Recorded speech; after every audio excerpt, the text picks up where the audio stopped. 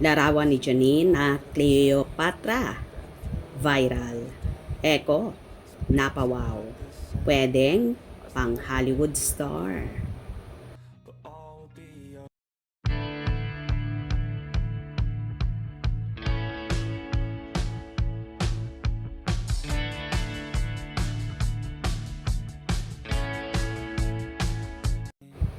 Nakakatuwa ang larawan ng multi-awarded actress TV host na si Janine Gutierrez na kumalat kung saan isa nga siyang nakasuot at nakaaura ng Cleopatra outfit.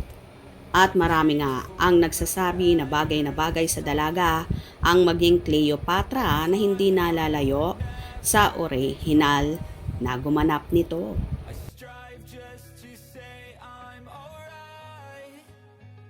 And for the first time in a long time, I'm alright.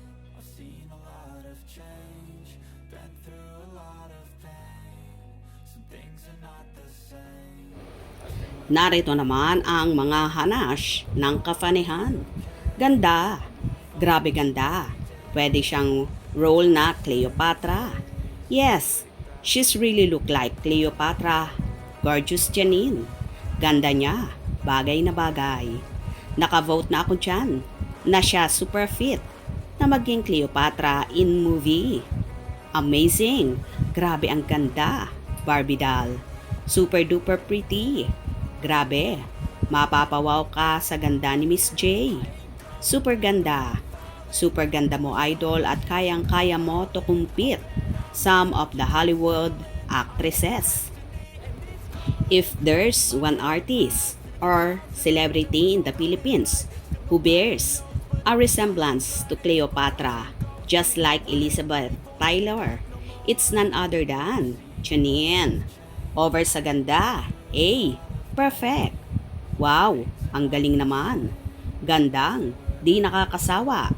Natural beauty, walang retoke. I love you so much, Nini. Pang-international ang beauty ni Miss J. Anyway, hindi lang naman ang netizens ang napawaw sa aura na ito ni Janine at talaga namang bagay na bagay sa kanya ang gumanap bilang Cleopatra na kahit ang nobyong si Jericho Rosales ay namangha at napawaw sa ganda ng nobya. For sure, number 1 na supporter ni Janine si Eko sakaling mang gumanap or gampanan ni Janine ang historical film na Cleopatra. Well, sana nga mabigyan ng pagkakataon si Janine dahil for sure, hindi mapapaya ang Pilipinas kay Janine. Kung nagustuhan nyo ang video na ito, comment down below. Way back in